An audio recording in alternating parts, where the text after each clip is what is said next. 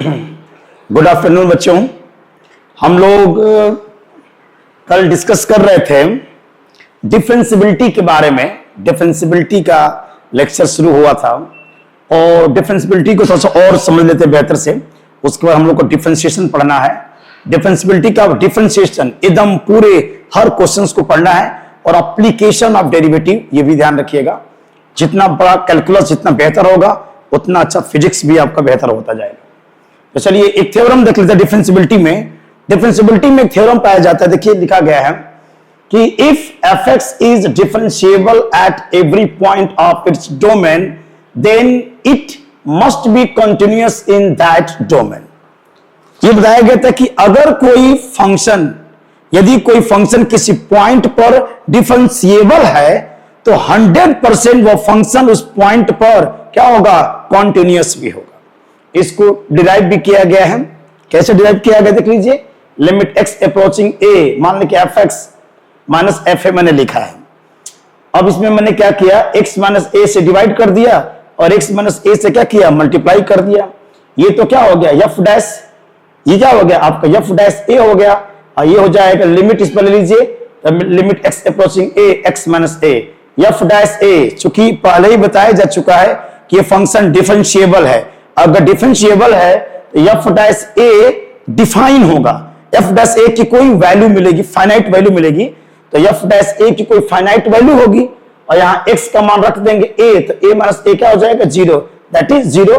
और कुल मिलाकर सॉल्व हो गया कि फंक्शन की लिमिट वैल्यू फंक्शन की वैल्यू के क्या होता है, बराबर होता है। मतलब फंक्शन क्या होगा, कंटिन्यूअस होगा। तो ध्यान रखिएगा, एक बहुत इंपॉर्टेंट थ्योरम है। कोई भी फंक्शन किसी पॉइंट पर यदि डिफरेंशिएबल है तो वह फंक्शन उस पॉइंट पर 100% कॉन्टिन्यूअस भी होगा। उल्टा सही नहीं है, ध्यान रखना। अगर कॉन्टिन्यूअस है तो डिफरेंशिएबल हो भी सकता है, नहीं भी हो सकता है। ध्यान रखो मैं क्या बोल रहा हूं।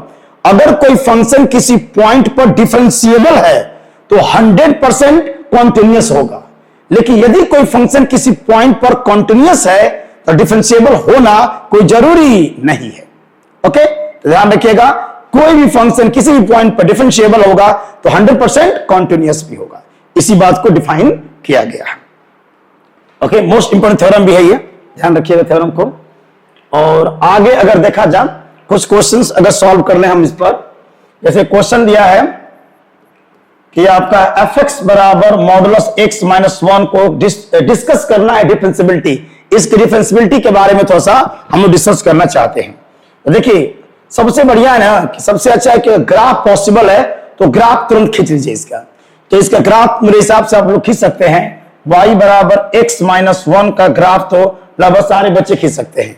अगर मैं कंपेयर कर दूं इसका y बराबर mx प्लस c से कंपेयर कर दूं बेटा, तो m बराबर क्या हो जाएगा, 1, और c बराबर माइनस 1 हो जाएगा। c बराबर माइनस 1 हो जाएगा। तो m बराबर 1 का मतलब हो जाएगा कि tan थीटा बराबर 1, माने थीटा बराबर क्या हो जाएगा, 45 डिग्री। और c बराबर 1 मतलब कि जो लाइन होगी y अक्ष पर माइनस के 1 इंटरसेप्ट कट करेगा। तो इसका y इंटरसेप्ट क्या होगा, 45 होगा। तो अगर इसको ग्राफ में खींच दे बेटा, ग्राफ खींच दीजिए, तो ये x एक्सेस और ये क्या हो जाएगा, y एक्सेस, और ये हो जाएगा 0, 1 2 3 1 2 3। इस तरह से अब ग्राफ पेपर थोड़ा सा बना लीजिए। चलिए बेटा, y एक्सिस पर कितना कट करेगा, माइनस के 1, तो y एक्सिस पर कट करेगा माइनस के 1, और कितना एंगल बनाएगा, 45 डिग्री का बनाता हुआ एंगल आपका ये जाएगा। देखो बेटा इस तरीके से ग्राफ होगा। ये ग्राफ किसका है, ये ग्राफ है y बराबर x माइनस 1 का ग्राफ है। y बराबर x माइनस 1 का ग्राफ है बेटा। ओके, लेकिन हमें किसका ग्राफ चाहिए, हमें ग्राफ चाहिए मॉडुलस फंक्शन का ग्राफ चाहिए। मुझे मॉडुलस फंक्शन का ग्राफ चाहिए, और मॉडुलस फंक्शन का ग्राफ निकालने का तरीका कल बताया गया था। अब क्या करेंगे, मॉडुलस फंक्शन का ग्राफ हम लोग खींचे, तो एक्स एक्सेस और ये क्या होगा बेटा, वाई एक्सेस। चलिए आपको याद होगा कि जब मॉडुलस फंक्शन का ग्राफ जब खींचते हैं तो जो ग्राफ एक्स एक्सेस के नीचे होता है वो कहां जाता है, उसी को एक्स एक्सेस को मिरर मानकर ग्राफ को पलट दीजिए। तो ये ग्राफ जो एक्स एक्स को नीचे काटा है, सॉरी ये ग्राफ वाई एक्स को जो नीचे काटा है अब काटेगा ऊपर जाएगा, इसका मतलब यहां से होके जाएगा। ठीक बेटा, तो आपका ग्राफ जो होगा कुछ इस प्रकार से होकर के जाएगा।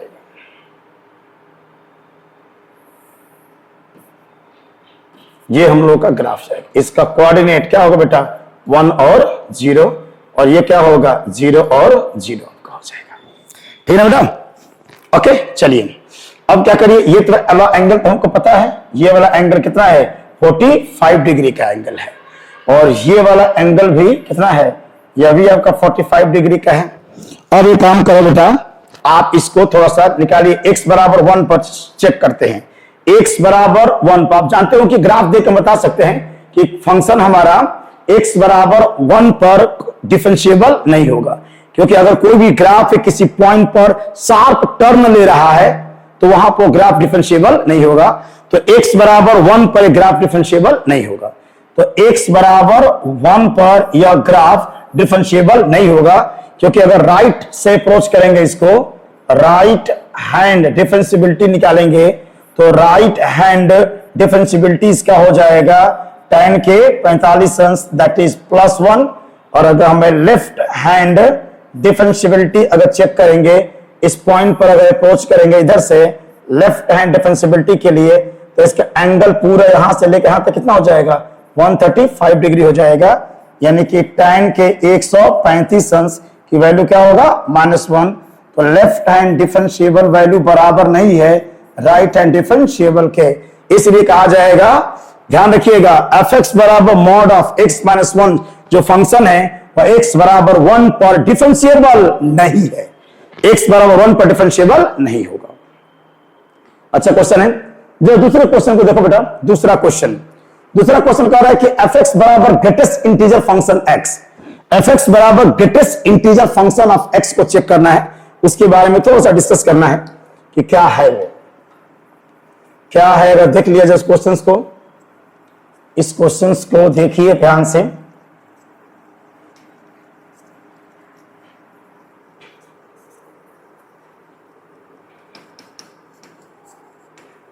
ठीक है बेटा, देखिए ध्यान से।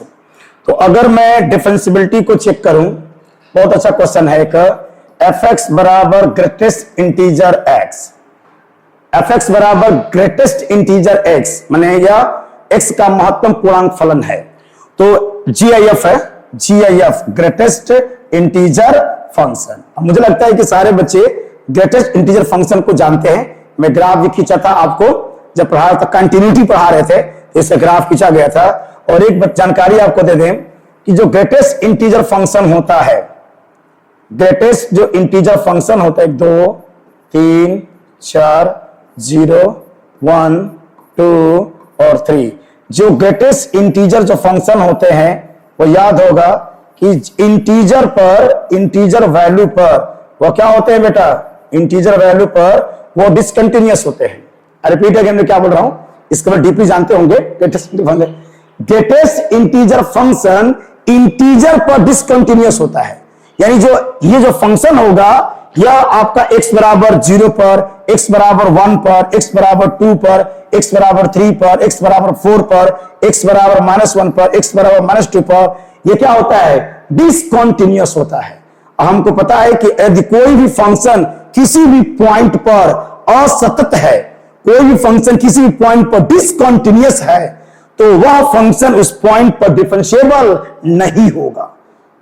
ध्यान रखिए, तो हमारा ग्रेटेस्ट इंटीजर जो फंक्शन होता है वो इंटीजर पर पूर्णांक बिंदु पर, माने 0 पर, 1, 2, 3, 4, -1, -2, -3, -4, जितने इंटीजर रहते हैं सारे इंटीजर पर ग्रेटेस्ट इंटीजर फंक्शन क्या होता है?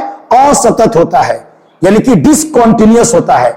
हम जानते हैं कि यदि कोई फंक्शन किसी पॉइंट पर डिसकंटिन्यूअस है तो वह फंक्शन उस पॉइंट पर डिफरेंशिएबल नहीं होगा, नॉट डिफरेंशिएबल। ये ध्यान रखिएगा, नॉट डिफरेंशिएबल हो जाएगा। अब एक सबसे मोस्ट इंपोर्टेंट क्वेश्चन दिया गया, थर्ड क्वेश्चन को देखिए।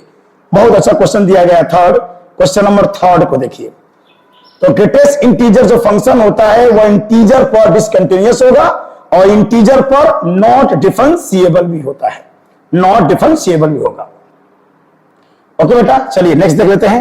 ये बहुत खूबसूरत क्वेश्चन, थर्ड वाला क्वेश्चन देखिए। थर्ड वाला क्वेश्चन कह रहा है कि fx, थर्ड वाला क्वेश्चन कह रहा है कि fx बराबर दिया है x, और जब x का मान 1 से छोटा है बराबर है, और फिर कह रहा है कि x स्क्वायर और bx प्लस के c, और x का मान 1 से बड़ा है, कह रहा है कि find the value of abc। Question दे दिया है कि x बराबर 1 पर differentiable, it is said to be x बराबर 1 पर हमारा फंक्शन डिफरेंशिएबल है। ध्यान रखिए, अगर x बराबर 1 पर फंक्शन डिफरेंशिएबल है, इसका मतलब निश्चित रूप से x बराबर 1 पर फंक्शन कॉन्टिन्यूअस भी होगा, कॉन्टिन्यूअस भी हो जाएगा। चलिए बेटा, तो आराम से इस फंक्शंस को हम लोग क्या कर सकते हैं, निकाल सकते हैं, इसकी वैल्यू को हम लोग निकाल लेंगे। ओके बेटा, तो इसकी फंक्शन की वैल्यू को हम लोग निकाल सकते हैं। बहुत अच्छा क्वेश्चन है आपका। एफ एक्स बराबर एक्स, एक्स का मान 1 से छोटा है, और जब x का मान 1 से बड़ा होगा तो ये फॉर्मूला यूज किया जाएगा। यह कहा गया है कि x बराबर 1 पर फंक्शन डिफरेंशिएबल है, find the value of abc। चलिए, बहुत अच्छा क्वेश्चन, इसका डिफरेंशिएशन कर दो, डेरिवेटिव f डैश x बराबर x का डिफरेंशिएशन क्या होता है बेटा, 1 होता है, और x स्क्वायर का डिफरेंशिएशन हो जाएगा 2x, bx का डिफरेंशिएशन b, और c का डिफरेंशिएशन 0 हो जाएगा। जब x का मान छोटा होगा 1 से, और x का मान 1 से बड़ा होगा तो ये वैल्यू हमारी आ जाएगी। अगर मैं पूछूं कि लेफ्ट हैंड डेरिवेटिव बराबर होता है राइट हैंड डेरिवेटिव, डिफरेंशिएबिलिटी के, लेफ्ट हैंड डिफरेंशिएबिलिटी बराबर होगा राइट हैंड डिफरेंशिएबिलिटी के। चलिए, तो लेफ्ट हैंड डिफरेंशिएबिलिटी कब होगा, इसमें जब x का मान 1 से छोटा होगा, और इसमें x का मान जब 1 से बड़ा होगा। देखिए, जब x का मान 1 से छोटा है तो इसकी वैल्यू कितनी आ रही है, 1 आ रही है, और जब x का मान 1 से बड़ा है तो इसकी वैल्यू आ रही है 2x प्लस के b। x का मान 1 रख दीजिए, तो 1 बराबर 2 प्लस के b, 1 बराबर 2 प्लस के b। तो यहां से तो मान आ गया बेटा, यहां से एक मान तो हमको आ गया कि 2 प्लस के b बराबर 1, तो b बराबर 1 माइनस के 2, दैट इज b बराबर कितना निकल गया, -1। b की वैल्यू तो बेटा आ गया आपका, b की वैल्यू तो कितना आ गया, 1 आ, b की वैल्यू -1 आ गया। लेकिन हमको c का मान चाहिए, और c तो इसमें है नहीं, तो c का मान कैसे निकालेंगे, ध्यान दीजिए, c का मान कैसे निकाला जाएगा। और c का मान निकालने के लिए एक ट्रिक यूज कर देंगे हम लोग। b का मान -1 आ गया। हम जानते हैं कि अगर कोई फंक्शन किसी पॉइंट पर डिफरेंशिएबल है तो वह फंक्शन उस पॉइंट पर कॉन्टिन्यूअस भी होगा। आई रिपीट अगेन, मैं क्या बोल रहा हूं, यदि कोई फंक्शन किसी भी पॉइंट पर, यदि कोई फंक्शन किसी भी पॉइंट पर डिफरेंशिएबल है तो वही फंक्शन उस पॉइंट पर कॉन्टिन्यूअस भी होगा। इसके मतलब कि x बराबर 1 पर एक कंटिन्यूअस भी हो जाएगा। तो हम लोग का limit x approaching 1 plus F x बराबर हो जाएगा लिमिट x अप्रोचिंग क्या होगा 1 माइनस और क्या हो जाएगा एफ एक्स। चलिए, राइट लिमिट किसमें है, x का मान 1 से बड़ा होगा, तो राइट लिमिट आएगा इसमें x स्क्वायर प्लस के bx और प्लस के c पर आ जाएगा। तो लिमिट x अप्रोचिंग 1 ये वाला आ जाएगा आपका। लेफ्ट किसमें आएगा, लेफ्ट आ जाएगा कि लिमिट x अप्रोचिंग 1 और क्या होगा बेटा, x होगा, क्या हो जाएगा बेटा, x हो जाएगा, बस x हो जाएगा। ध्यान रखो बेटा, जहां जहां x है वहां 1 रखिए, 1 रखिए तो यहाँ पे क्या हो जाएगा 1, यहाँ क्या होगा बेटा b, और यहाँ पे हो जाएगा c, और यहाँ पे क्या होगा बेटा, यहाँ पे हो जाएगा x की वैल्यू 1 हो जाएगा।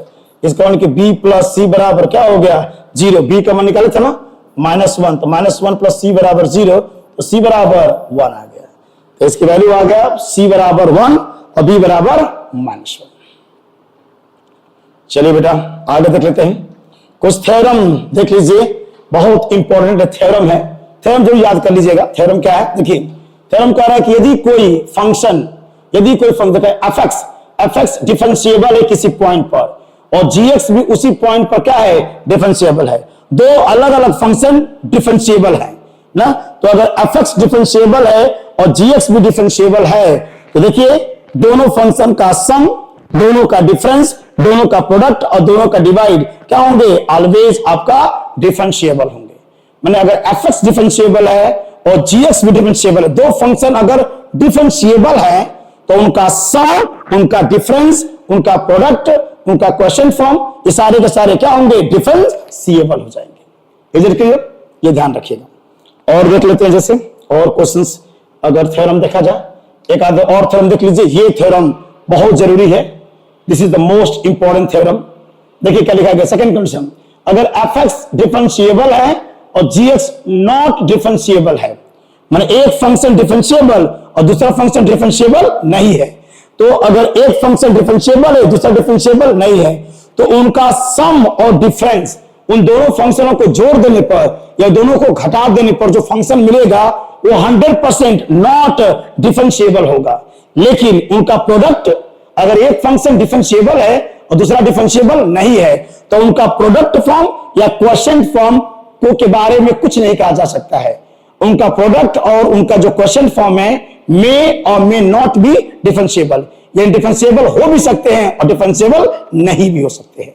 और तीसरा थ्योरम देख लीजिए, एक और थ्योरम लिखा गया यहां पर, इफ fx नॉट डिफरेंशिएबल, एक फंक्शन है जो नॉट डिफरेंशिएबल है और gx भी नॉट डिफरेंशिएबल है, तो निश्चित रूप से अगर दो फंक्शन है और दोनों नॉट डिफरेंशिएबल हैं ना, तो ध्यान रखिएगा उन दोनों फंक्शन का सम, उन दोनों का डिफरेंस, उन दोनों का प्रोडक्ट और उन दोनों का क्वोशिएंट फॉर्म में और मे नॉट बी डिफरेंशिएबल के बारे में कोई जानकारी नहीं दे सकते हैं। मे और मे नॉट बी डिफरेंशिएबल, ये सब आपके थ्योरम है। इन थ्योरम के आधार पर आप डिफरेंशिएशन के क्वेश्चंस को क्या कर सकते हैं, सॉल्व कर सकते हैं। ओके बेटा, चलिए अब हम लोग थोड़ा सा देखा जाए कि एक नींव रखते हैं डिफरेंशिएशन का। डिफरेंशिएशन एकदम इंपॉर्टेंट है बच्चा, डिफरेंशिएशन को समझते हैं थोड़ा सा। अब डिफरेंशिएशन क्या है, देखिए ध्यान से, डिफरेंशिएशन अवकलन है ना। अवकलन के बारे में पढ़ा जाए तो मान लीजिए कि फंक्शन है y बराबर fx, सुनिए ध्यान से, डिफरेंशिएशन पढ़ने जा रहे हैं और डिफरेंशिएशन का मतलब क्या होता है ये थोड़ा समझा जाए। अगर y बराबर fx एक फंक्शन है, फंक्शन का मतलब जिसमें दो वेरिएबल आपस में किसी रिलेशन से कनेक्ट होते हैं। तो अगर y बराबर fx एक फंक्शन है तो अगर x को चेंज करेंगे तो y भी क्या होगा, चेंज होने लगेगा। जैसे मान लीजिए कहा जाए कि सर्कल की एरिया पाई आर स्क्वायर, अगर मैं आर को, रेडियस को चेंज करूंगा, अगर रेडियस को चेंज करूंगा तो ए भी क्या होगा, चेंज होने लगेगा। जैसे मान लीजिए कि अगर रेडियस को 10% क्या कर दिया जाए, इंक्रीज कर दिया जाए, तो निश्चित रूप से एरिया भी क्या करेगा, इंक्रीज कर जाएगा। अगर रेडियस को 10% बढ़ा दिया जाए तो उसका क्षेत्रफल भी बढ़ जाएगा, क्षेत्रफल भी उसका बढ़ जाएगा, ठीक है। तो रेडियस को अगर चेंज करोगे तो एरिया भी क्या होगा, चेंज होगा।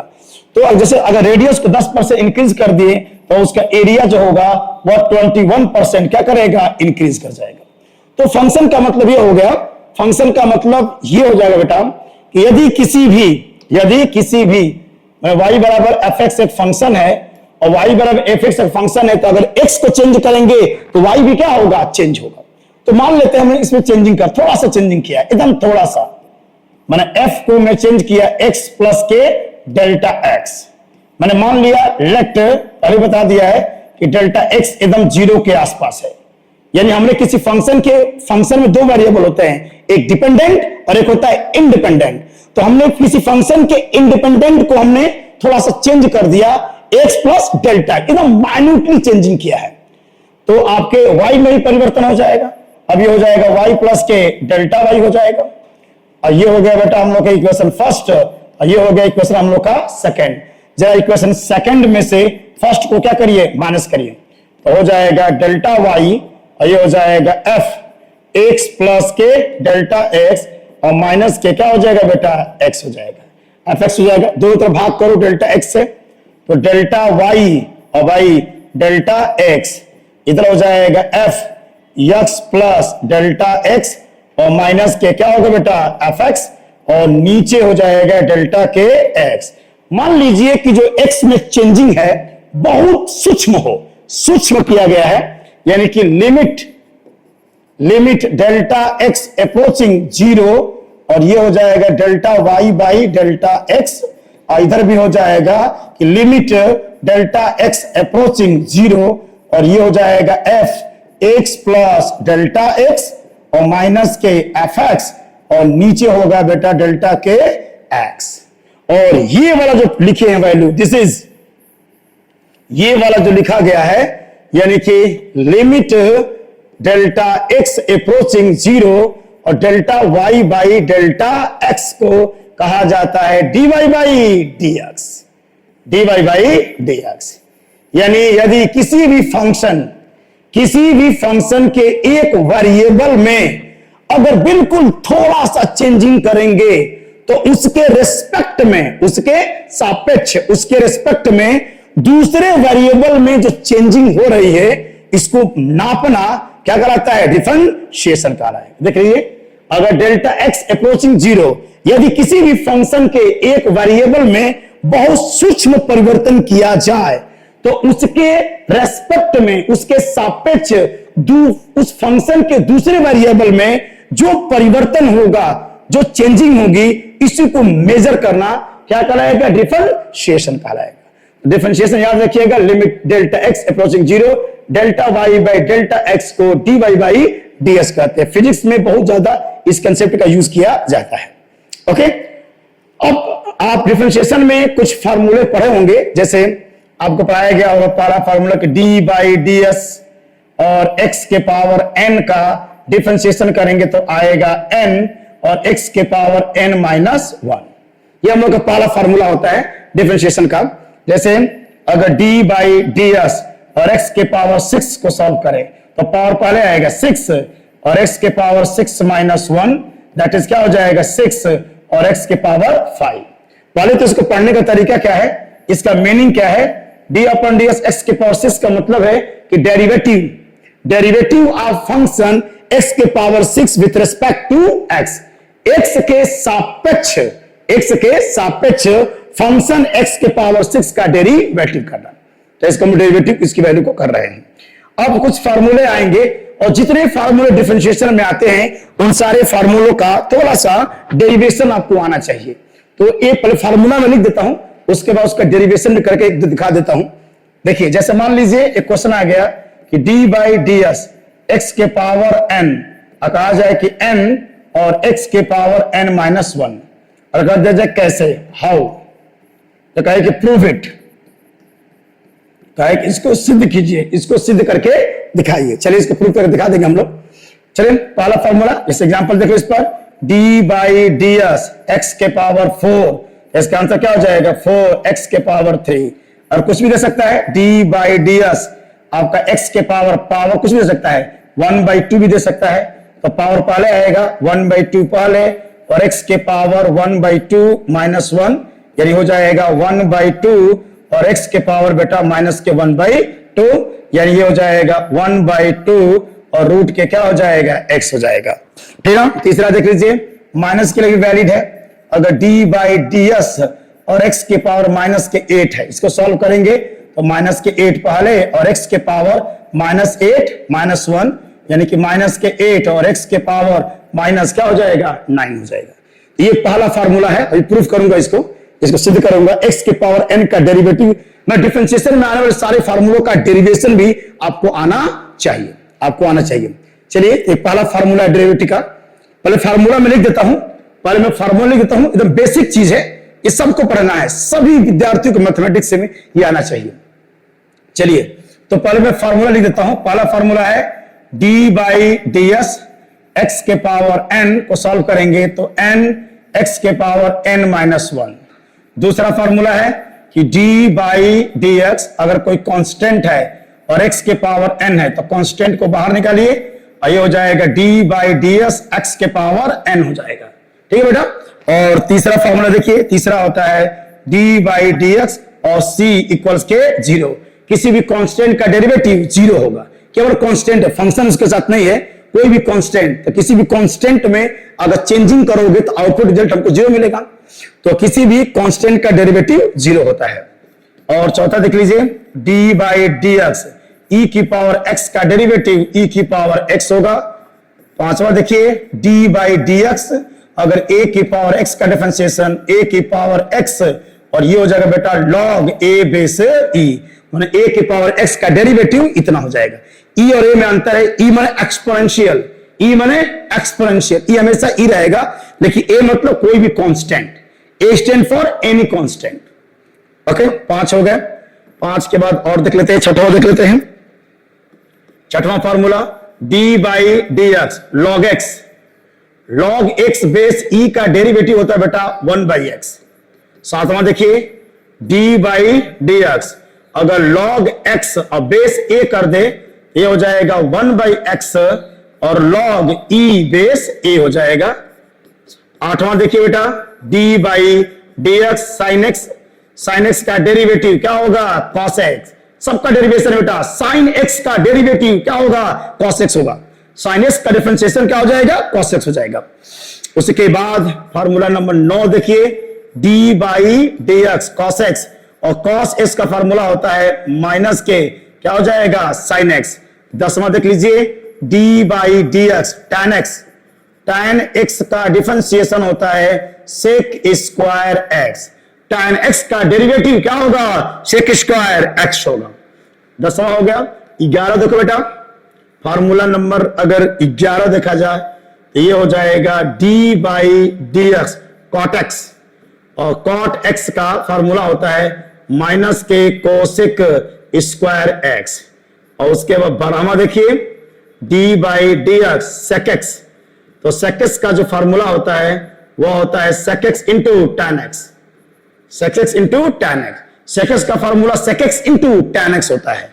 और अंतिम देख लीजिए formula number 13, d by d x cosec x, d by d x cosec x minus के कोसेक एक्स, माइनस के कोसेक एक्स इंटू क्या हो जाएगा, कॉट एक्स, है ना। ये फार्मूला कम से कम 13 फार्मूले आपको बेसिक फार्मूले हैं जो याद होने चाहिए। तो कैलकुलस में आने वाले पहले बेसिक फार्मूलों को आपको दिमाग में रखना है बेटा, और एकदम डेरिवेटिव एकदम डीपली एकदम शुरू से खत्म करेंगे, एकदम बेसिक से एकदम हाई लेवल तक का डेरिवेटिव आपको सिखा दिया जाएगा ना। जितना कैलकुलस पकड़ आपकी अच्छी होगी उतना ही फिजिक्स में, उतना ही केमिस्ट्री में आपकी पकड़ बढ़ती जाएगी।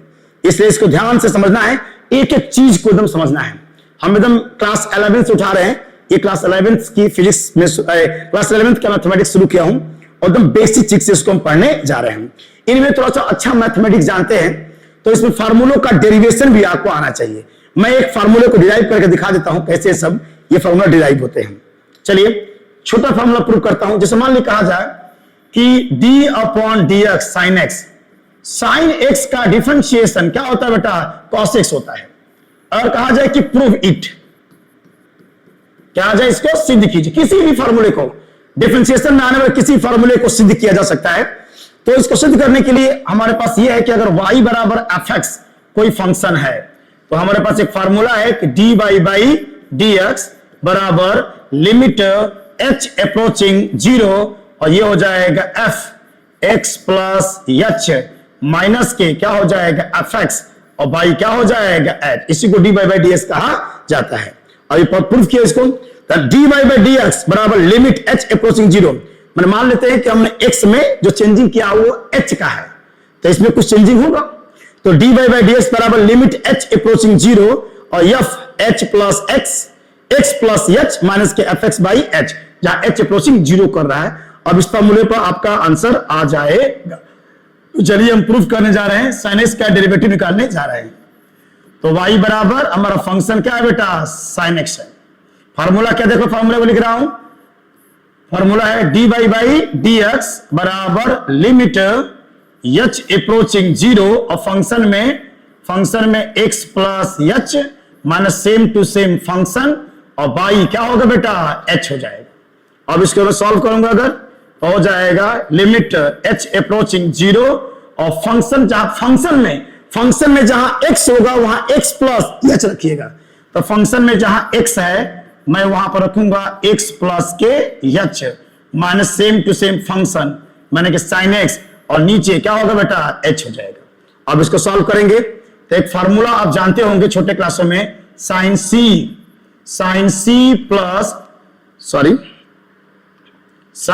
माइनस का हमको चाहिए, साइन सी माइनस साइन के डी का एक फार्मूला होता है, साइन सी माइनस साइन डी बहुत बहुत जानते होंगे। इसका फार्मूला होता है 2 cos c plus d by 2 और इंटू होता है साइन के c माइनस डी बाई 2। याद रखिए sine c minus sine d का फार्मूला होता है 2 cos c plus d by 2 into sine c minus d by 2 into है आपका, यहां साफ लिख देता हूं मैं, यहां है बेटा इंटू साइन के c माइनस डी बाई 2। अब आंसर आ गया, लगा दीजिए फॉर्मूला बेटा। तो ये हो जाएगा लिमिट h अप्रोचिंग 0 और sine c minus sine D.